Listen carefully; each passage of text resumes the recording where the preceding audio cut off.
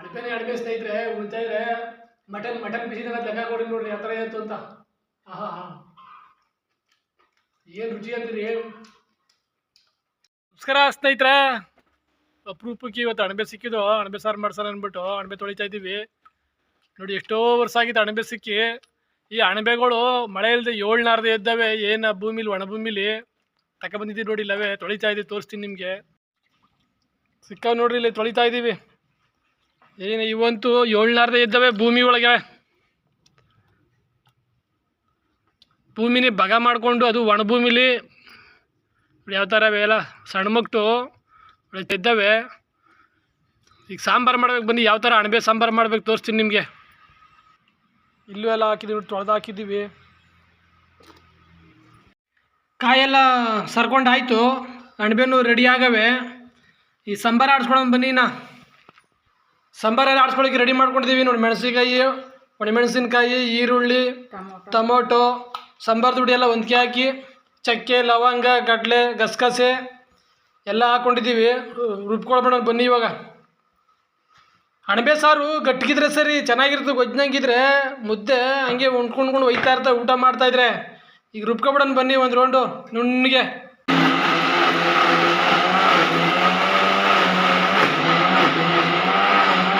ಮೊದಲೆಲ್ಲ ಕಲ್ಲಲ್ಲೆಲ್ಲ ಆಡಿಸ್ತಾ ಇದ್ವಿ.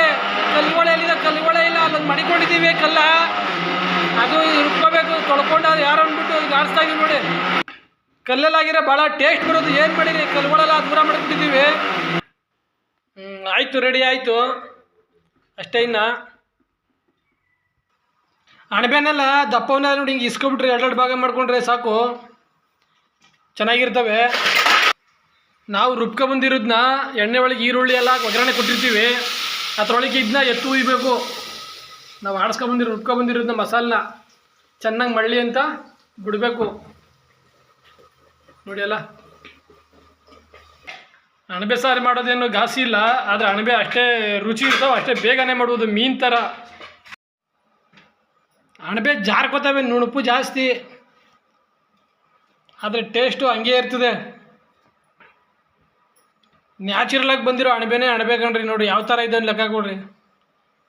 ಈ ಥರ ಅಣಬೆ ಬೆಳೆದವು ಬರಲು, ಪ್ರಕೃತಿ ಅಂತ ಬಂದಿರೋ ಅಣಬೆಗಳು ಇವು. ಇಷ್ಟರಾಗಲಿ ರೆಡಿ ಆಗವೆ ಸಾಂಬಾರಿಗೆ. ಸಾಂಬಾರು ಇನ್ನೂ ಮಾಡಬೇಕು, ರೆಡಿ ಆಯ್ತದೆ. ಆ ಕಡೆ ಮುದ್ದೆಗೆ ರೆಡಿ ಮಾಡಿದ್ದೀವಿ. ಅಣಬೆ ಸಾರಿಗೆ ಕಾಳು ಬಿದ್ದರೆ ಸರಿ, ಕಾಳು ಹುರ್ದ್ಕಾಳು, ಅದಕ್ಕೆ ಕಾಳು ಹುರ್ಕೋಬೇಕು. ಕಾಳು ಹುರ್ಕೊಬಿಡ್ತೀವಿ ರೀ. ಜೊತೆಯಲ್ಲೇ ಇಟ್ನೆಸು ಬಂದ್ಬಿಡ್ತು ಹಿಂದೆನೇ, ಅದು ಮುದ್ದೆನೂ ತಿರುಗಿಬಿಡ್ತೀವಿ ರೀ. ಎಲ್ಲ ಸೇರಿಬಿಟ್ಟ ಮಾಡಿಬಿಡೋಣ ತಗೆ.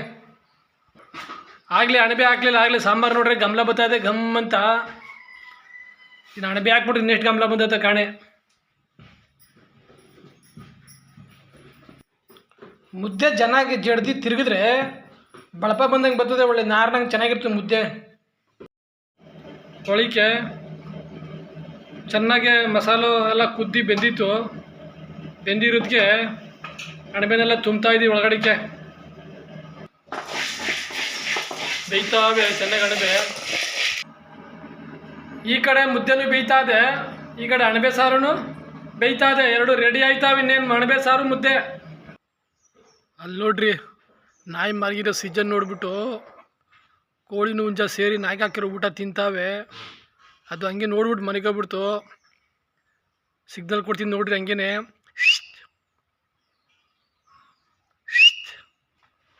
ಹೇಳ್ತು ನೋಡಿ. ಬಿದ್ದೆದ್ಬಿಟ್ಟು ನೋಡ್ರಿ, ಇದ್ಬಿಡ್ತು ಅಂತ. ಇಲ್ಲೊಂದು ಬತ್ತು ನೋಡ್ರಿ, ಇದು ಮಾರ್ಜಾಲ ಅಂದ್ಬಿಟ್ಟಿದು.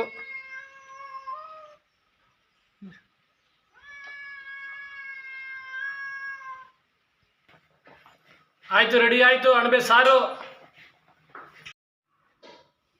ಬಿಸಿ ಬಿಸಿ ಮುದ್ದೆ ಅಣಬೆ ಸಾರು ರೆಡಿ ಆಯಿತು ನೋಡಿ ಸ್ನೇಹಿತರೆ. ಯಾರಿಗುಂಟು ಯಾರಿಗಿಲ್ಲ ಇಂಥ ಇವಾಗ ನೋಡಿ. ಉಣ್ತಾ ಇದ್ರೆ ಅದ್ರ ಆನಂದನೇ ಬೇರೆ. ಅಣಬೆ ಸ್ನೇಹಿತರೆ ಉಣ್ತಾ ಇದ್ರೆ ಮಟನ್ ಬಿಸಿದ ಲೆಕ್ಕ ಕೊಡಿ ನೋಡ್ರಿ ಆ ಥರ ಇತ್ತು ಅಂತ. ಆಹಾ ಹಾ, ಏನು ರುಚಿ ಅಂತೀರಿ.